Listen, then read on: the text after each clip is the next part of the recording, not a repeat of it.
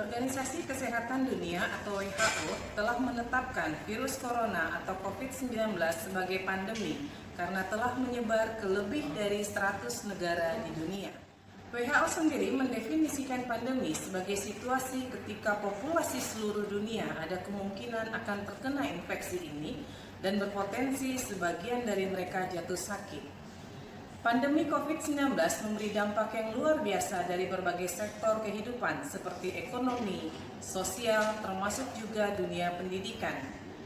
Hampir di seluruh dunia, kegiatan belajar mengajar di sekolah pada semua tingkatan, baik pendidikan formal, pendidikan non-formal, sampai ke perguruan tinggi, menghentikan sementara aktivitas belajar mengajar secara langsung atau tatap muka. Kebijakan pemerintah telah ditetapkan agar kegiatan belajar mengajar dilakukan dari rumah melalui media daring atau online.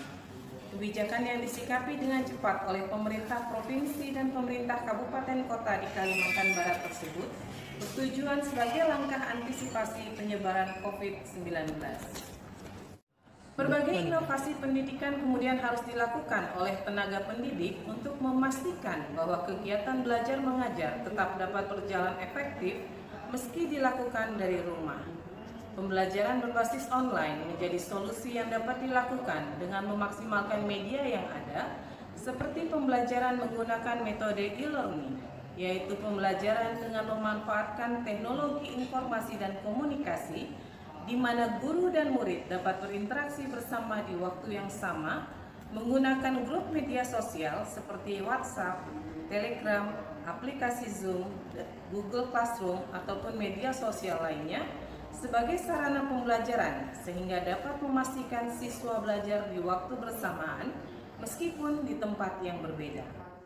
Sistem pembelajaran berbasis online itu sendiri bukan tanpa kendala, karena seiring berjalannya waktu, mulai muncul berbagai komentar mengenai sistem belajar online yang terasa menjadi lebih memberatkan karena saat belajar online tugas yang diberikan lebih banyak.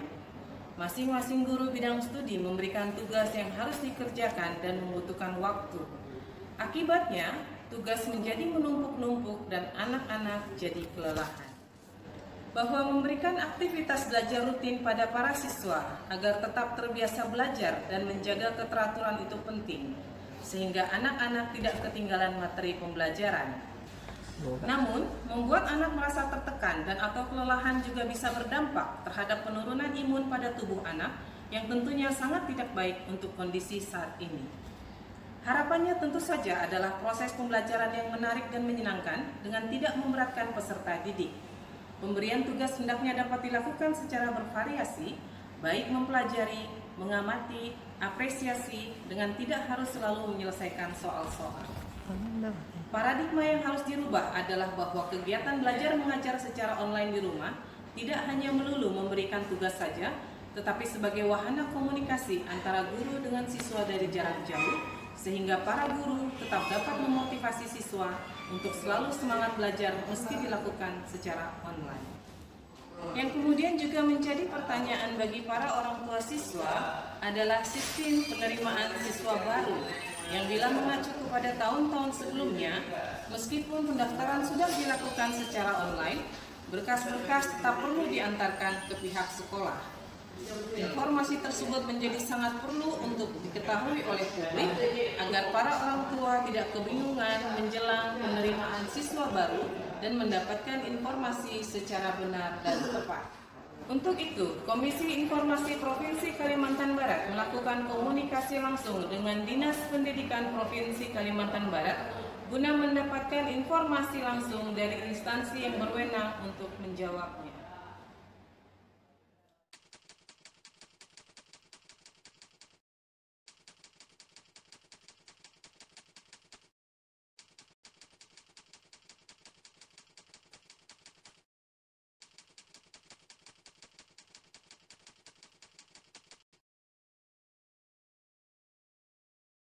Kami sudah berkali-kali memberikan himbauan, edaran Bapak Menteri juga sudah jelas, edaran Bapak Gubernur, juga edaran Dinas Pendidikan sudah jelas bahwa situasi sekarang ini, Bu, ya, dalam situasi penyebaran virus corona sekarang ini, yang harus diperhatikan adalah tidak mewajibkan ketuntasan belajar. Nah, yang kalau situasi normal tuntas belajar gitu. Kalau situasi seperti sekarang ini kita tidak mewajibkan adanya ketuntasan belajar. Itu yang pertama. Yang kedua, tidak membebani sebenarnya Bu ya. Edaran Pak Menteri sudah jelas. Tidak membebani siswa dengan tugas-tugas yang terlalu banyak.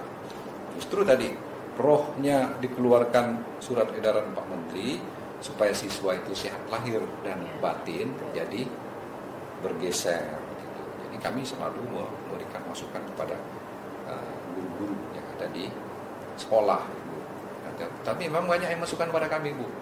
Wah kami ini banyak dikasih PR, banyak ini, banyak itu dan sebagainya. Boleh dikasih PR, tapi ya PR ya pengetahuan dasar bagaimana hidup yang bersih, kan gitu. Nah sekarang PR tentang pembelajaran tentang virus corona ini secara umum dan sebagainya. Bagaimana kita bergaul dengan sesama dengan masyarakat, bagaimana social distancing, itu wajib dimasukkan di dalam pelajaran sehari-hari. Udah kita umumkan, kita himbau pada seluruh guru-guru SMA dan SMK khususnya. Bahkan edaran-edaran ini semuanya udah punya, edaran Bapak Menteri dan edaran Dinas Pendidikan, semua kepala sekolah punya.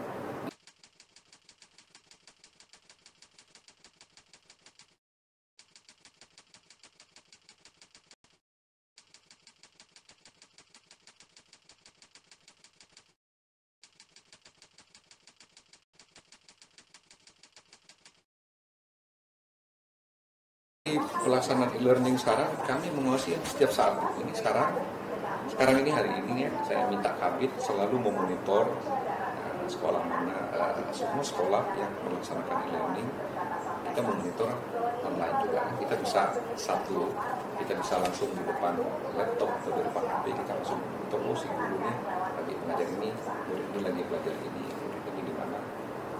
Kita monitor langsung secara online.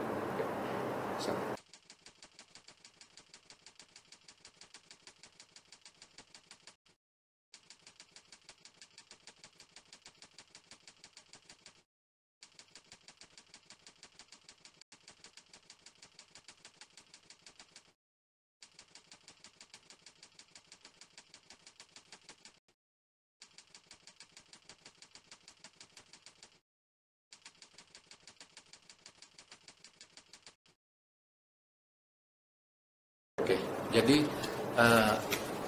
sebelum ada virus corona ini, kami Kalimantan Barat memang tahun 2020 PPDB ini Bu ya, kami memang sudah menyiapkan satu aplikasi, satu sistem yang mengharuskan, yang mewajibkan siswa itu tidak berkerumun. Jadi kami sudah buat sistem dari Januari, udah peraturan gubernur tentang PPDB Kalbar ini sudah ditandatangani oleh Pak Gubernur ya. Peraturan Gubernur nomor 4 tahun 2020. Jadi sebelumnya kami sudah menciptakan itu ya, Januari kita sudah ditandatangani Pak Gubernur. Jadi sistem yang kami buat, aplikasi yang kami buat, ya, aplikasi yang dibuat oleh Dinas Pendidikan itu tidak mengharuskan siswa itu datang ke sekolah, tidak. Jadi siswa, guru nanti di tempat masing-masing. Nah, ada aplikasi yang kita ciptakan, diupload di rumah masing-masing. Sistem yang menyeleksi, kemudian siswa juga tahu bahwa diterima atau tidak diterima langsung.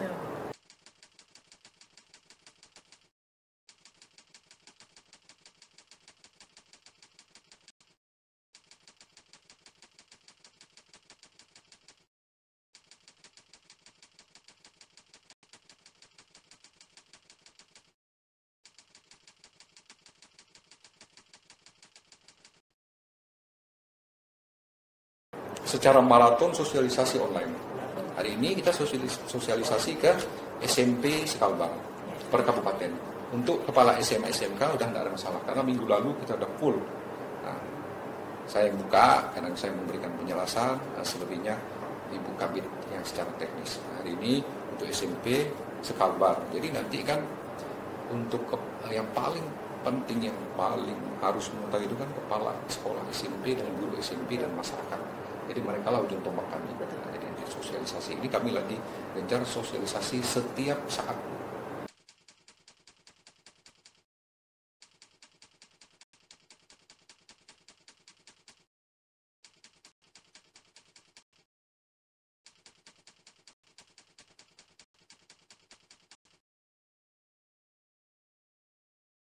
memang ada beberapa hal yang ingin saya sampaikan. Yang pertama, e-learning.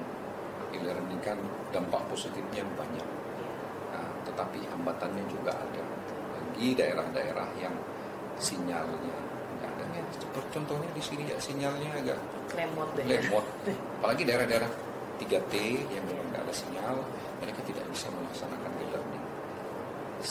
Kami persilakan kepala sekolah, guru berinovasi dengan cara mereka sendiri.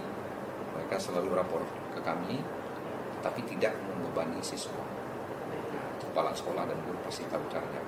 Mungkin dengan memberikan tugas, mungkin dengan membuat sinopsis buku, dengan dia bercerita kembali, membaca buku, dan sebagainya. Nanti pada akhirnya akan dikirimkan, mungkin lewat dikirim kemana, gimana caranya.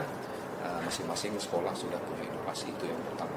Kemudian yang kedua juga, guru-guru kita juga harus sekarang belajar lebih giat lagi IT, harus menguasai teknologi dan informasi. Sekarang memang situasi seperti sekarang ini, suka tidak suka harus menguasai informasi.